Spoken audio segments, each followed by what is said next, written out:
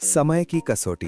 पहाड़ों से घिरे एक छोटे से गांव सूर्यगढ़ में आरव नाम का एक साधारण सा लड़का रहता था। गांव छोटा था लेकिन सपने बड़े देखने वालों की कमी नहीं थी। आरव का परिवार बहुत गरीब था। उसके पिता रामदास गांव के बाहर पत्थर तोड़ने का काम करते थे और माँ सीता घर घर जाकर बर्तन मांजती थीं। आरव पढ़ाई में तेज था लेकिन हालात ऐसे थे कि कई बार उसे स्कूल जाने के बजाय अपने पिता के साथ काम पर जाना पड़ता। पत्थरों की धूल, हाथों में छाले और शरीर में थकान, यही उसका रोज का जीवन था। फिर भी उसकी आंखों में एक चमक थी जो बताती थी कि वो इस जिंदगी से कुछ बड़ा करना चाहता है।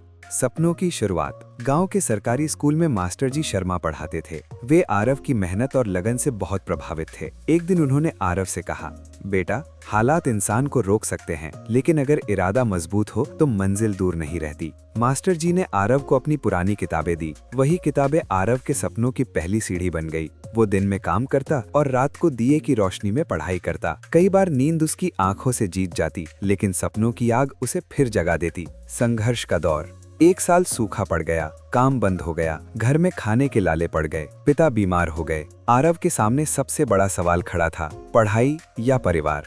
उसने बिना किसी शिकायत के पढ़ाई छोड़ दी और पूरी तरह काम में लग गया। पत्थर तोड़ते तोड़ते उसके हाथ खून से भर जाते लेकिन वो चुप रहता। माँ उसे देखकर रोती लेकिन आरव हमेशा मुस्कुरा देता। सब ठीक हो जाएगा माँ, वो कहता। उम्मीद की किरण। एक दिन गांव में जिला अधिकारी आए। स्कूल का निरीक्षण हो रहा था। मास्टर जी ने आरव के बारे में बताया। अधिकारी ने आरव से बात की और उसकी कहानी सुनकर भावुक हो गए। कुछ दिनों बाद आरव को छात्रवृत्ति मिलने की खबर आई। ये उसके लिए किसी चमत्कार से कम नहीं था। उसने फिर से पढ़ाई शुरू की। अब उसके सपनों को पंख मिल गए थे। शहर की चुनौती। पढ़ाई पूरी कर आरव शहर गया। शहर की दुनिया बिल्कुल अलग थी। तेज रफ्तार, प्रतिस्पर्धा और अकेलापन। कई बार वो खुद को कमजोर महसूस करता लेकिन उसे अपने गांव, अपने माता पिता और अपने संघर्ष याद आते। वो दिन रात मेहनत करता रहा। कई परीक्षाओं में असफल हुआ, कई बार निराश हुआ लेकिन उसने हार नहीं मानी। सफलता का दिन।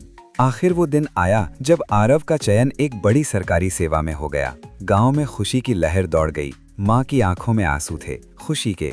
पिता ने कांपते हाथों से बेटे का सिर सहलाया। आरव ने सबसे पहले गांव लौटकर स्कूल के लिए नई किताबें और बच्चों के लिए छात्रवृत्ति शुरू करवाई।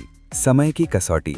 अब आरव एक अधिकारी था लेकिन उसका दिल आज भी वही था, साधारण और संवेदनशील। उसने समझ लिया था कि समय हर इंसान की परीक्षा लेता है। जो इस कसौटी पर खरा उतरता है वही आगे बढ़ता है। और उस दिन आरव ने खुद से कहा, संघर्ष रास्ता कठिन बनाता है लेकिन मंजिल की कीमत भी वही तय करता है।